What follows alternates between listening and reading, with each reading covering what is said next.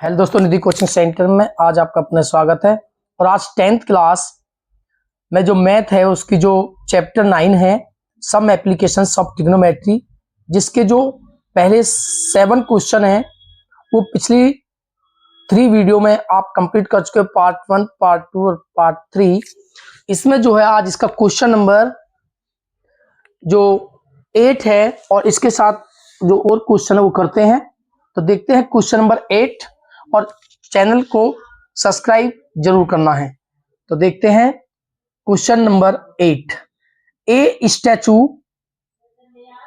1.6 metre tall, एक statue है जिसकी हाइट गिवन है 1.6 metre, stands on the top of a पेडिस्टॉल।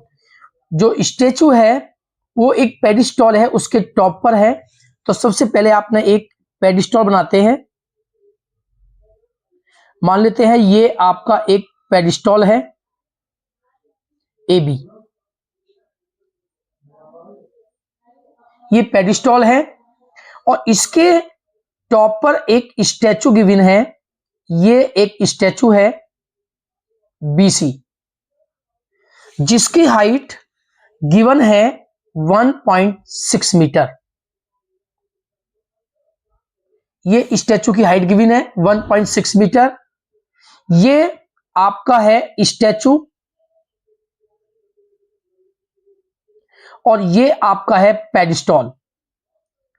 तो पेडिस्टॉल जो है इसका बेस जो है फुट जो है वो ए है और इसका जो टॉप है वो बी है, जबकि जो स्टैचू है इसके लिए बेस बी और इसके लिए टॉप सी है।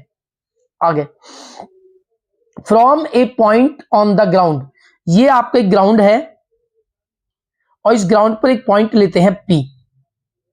तो from the point on the ground angle of elevation of the top of the statue is 60 degree.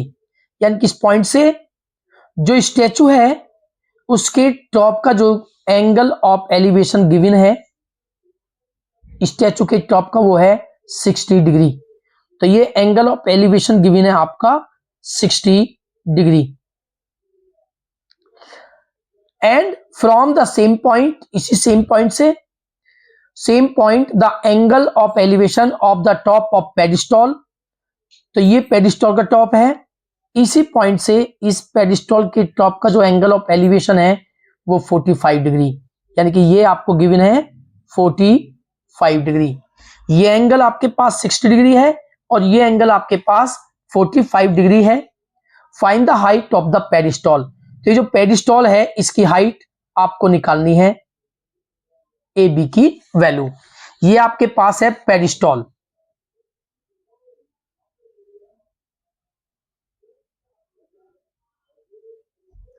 तो ये हाइट आपको निकालनी है। आप देखते हो इस क्वेश्चन में जो आपका पी ए बी ये राइट एंगल ट्राइंगल है क्योंकि 90 डिग्री है, और पी ए सी ये भी आपका राइट एंगल ट्राइंगल है क्योंकि ये भी आपका 90 डिग्री है दोनों के लिए। तो सबसे पहले आप पी ए को लेट करते हैं कि ये एक्स है, तो आप ट्राइंगल लेते हो बी ए पी। तो in triangle B A P, तो इस ट्राइंगल के लिए एंगल 45 के लिए जो ए बी है वो परपेंडिकुलर है और जो पी ए है वो बेस है एक्स। और आप जानते हो परपेंडिकुलर अपॉन बेस आपका होता है tan थीटा, और थीटा की वैल्यू इसमें गिवन है 45। तो h upon x equal to tan 45 की वैल्यू होती है 1। तो x की क्रॉस मल्टीप्लाई 1 में करोगे तो h इक्वल आपका आता है x। तो h और x जो है वो सेम है। आप जानते हो कि एंगल 45 के लिए बेस और परपेंडिकुलर जो होते हैं वो सेम होते हैं। तो बेस और परपेंडिकुलर सेम है। अब आप ट्राइंगल लेते हो पी ए सी, लिखोगे इन ट्राइंगल पी ए सी इस ट्राइंगल में एंगल है 60 डिग्री और इसके जो अपोजिट साइड है वो AC है, तो AC अपॉन PA, और AC जो है आपके लिए परपेंडिकुलर है और जो PA है वो बेस है, और परपेंडिकुलर अपॉन बेस आपका होता है tan थीटा। तो आप देखते हो जो AC है वो आपका AB, H और BC 1.6 के सम के इक्वल होगा, तो H प्लस 1.6 अपॉन जो बेस है वो X है और इक्वल tan थीटा जो है आपके पास 60 डिग्री है। तो H आपको निकालनी है 1.6 और X जो आपका H के इक्वल है, इक्वल tan 60 की वैल्यू होती है √3। H की क्रॉस मल्टीप्लाई √3 में करोगे तो H प्लस 1.6 इक्वल √3H। ये H राइट में आकर आपका माइनस होगा, तो 1.6 इक्वल √3H माइनस H। तो इसमें आप देखते हो कॉमन है, आपका कॉमन है H, और H कॉमन लेने के बाद यहां पर आपका आता है √3 और -1।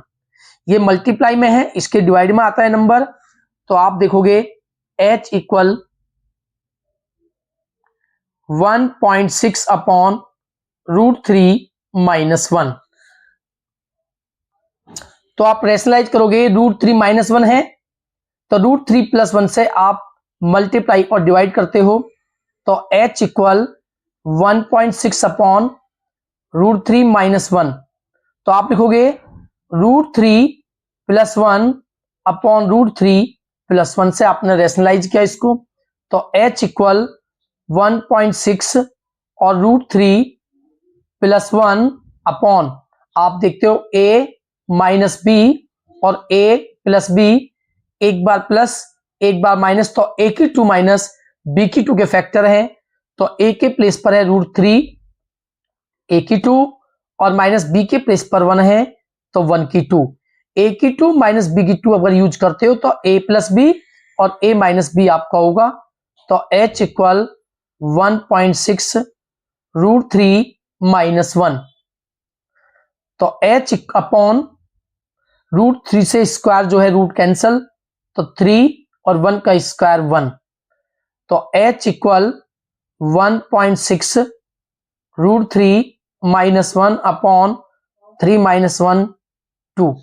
तो H इक्वल 2 से आप 16 को कैंसिल करोगे तो 0.8 और ब्रैकेट में आपका है, ये प्लस है सॉरी, तो √3 + 1।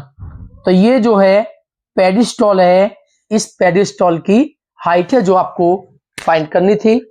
The angle of elevation of the top of A building from the foot of the tower.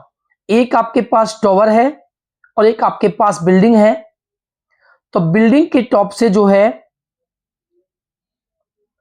Of the top of A building from the foot of the tower, tower के foot से building का जो angle of elevation है वो 30 है। तो मान लेते हैं ये बेस है और ये आपका टॉवर है AB, ये आपका टॉवर है AB और ये आपके पास है बिल्डिंग, ये बिल्डिंग है आपकी CD, ये बिल्डिंग है और ये आपके पास है टॉवर।